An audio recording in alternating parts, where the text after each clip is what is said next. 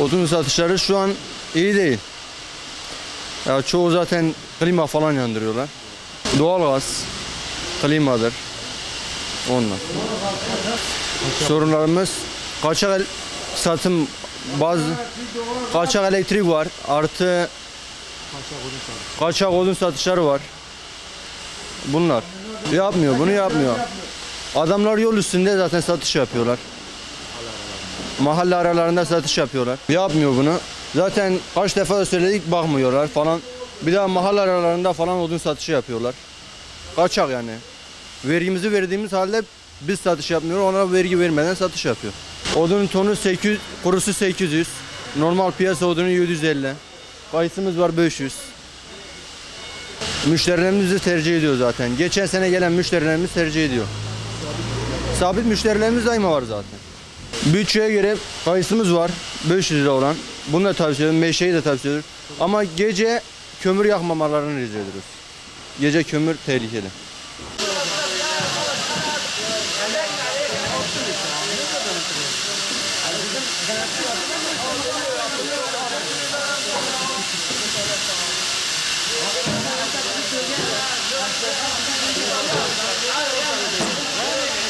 Güzel göller ya, olmaz mı?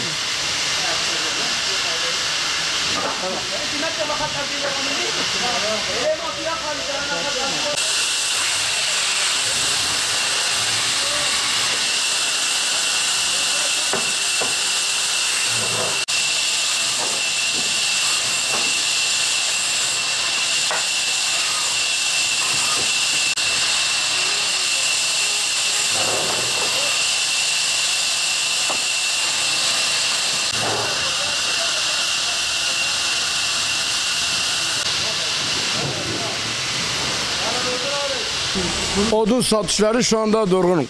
Korsanlardan dolayı satış yapamıyoruz.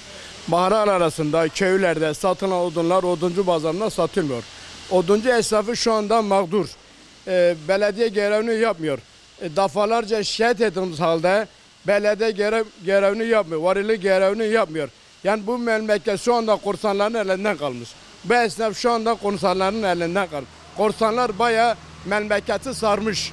Adam vergi ödemiyor, adam kira ödemiyor, adam elektriğini ödemiyor. Adam şu anda benim sattığım burada 1 ton odunu, adam orada şu anda 5 ton odun satıyor. Ben burada vergi veriyorum, ben burada kira veriyorum. Ben burada maliyede kaydığım halde bu işi yapamıyor. Adam bu işi yapıyor. Şu anda satışlar yok, durgun. Yani geçen sene 2000 ton sattığımız odun, bu sene 5 ton odun satamadık. Doğalgaz etki vermiyor. Doğalgaz zaten senelerden beri, 3-4 seneden beri Yenişehir, Bahçever, Karaköprü'de doğalgaz. Onlar zaten kömür kullanıyordu. Bu korsanlardan dolayı biz şu anda şikayetçiyiz. Etkili olan korsanlar. Mahalle arasında satılan odunlar oduncu bazında şu anda satılmıyor. Köylerde satılan odunlar şu anda oduncu bazında satılmıyor. Yani belediye bu görevi yapmıyor. Kömür satışları şu anda durgun. Neden durgun? Dolar kurul yükseldikten dolayı kömür fiyatları yükseldi. Yükselince vatandaş bütçesine göre uygun kömürleri geziyor şu anda. Tavsiyem şu, belediye görev yapması lazım. Valilik görev yapması lazım. Yani tavsiyem bu. Yani belediye başkanından rica ediyorum, valilikten rica ediyorum. Bu esnafın sorununu çözsün. Bu esnaf şu anda mağdur. Yani şu anda esnaf buraya gelip açtığı zaman 150 milyon bunun masrafı oluyor. 150 milyon masrafı. Onu şu anda karşılamıyor. Sattığı odun bunu karşılamıyor.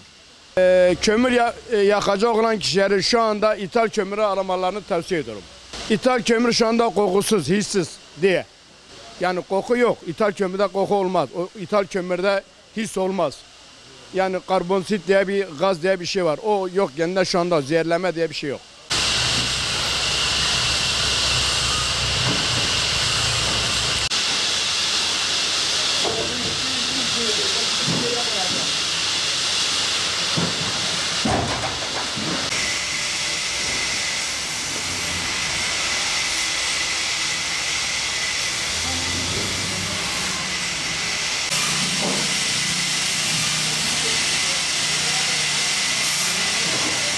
Odun satışları şu anda maalesef biraz düşük bir şekilde ilerliyor.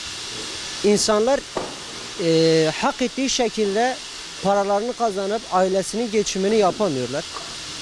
Çünkü odun fiyatları geçen seneye nazaran aynı fiyatta seyrediyor. Yani bu şekilde ilerliyor. Etrafın doğal gaz olması, daha sonra kaçak elektrik kullanımları ve birçok mahallede doğal gaz kullanımı da bizim odun satışımızı, kömür satışımızı olumsuz şekilde etkiliyor. Kaçak odun satışı hakkında tabii piyasalara bu gibi kamyonlar giriş yapıyor. Bunu da engellemek yetkililere kalmış bir şey. Hani bunlar da engellenirse işini dürüst yapan esnaflar daha iyi ekmek parası kazanır. İşçiler, emekçiler hepsi bundan etkileniyor. Biz de muzdaribiz bu konuda. Denetimleri tabii ki yapılıyor. Sıklıkla olmasa da belirli aralıklarla, belirli şeylerle yapılıyor. Kömür satışları 30 TL, 33 TL, 35 TL'ye kömür veriliyor. Kömürün de fiyatları değişkendir. Bu kömürlerimiz yurt dışından, yani Rusya'dan, farklı ülkelerden geldiğinden dolayı bu kömür satışımız da dolar bazında ele aldığımız için gün gün fiyatları değişiyor. Yani kömür fiyatlarının herhangi bir sabit şeyi yok. Odun ve kömür kullanacak insanlar da tabii ki sobalarının borularını temiz tutmaları, çok fazla boğuluk bir şekilde üst üste odunu, kömürü üst üste koyup yakmamalarını tavsiye ederim. Çünkü soba zehirlenmesi olabilir.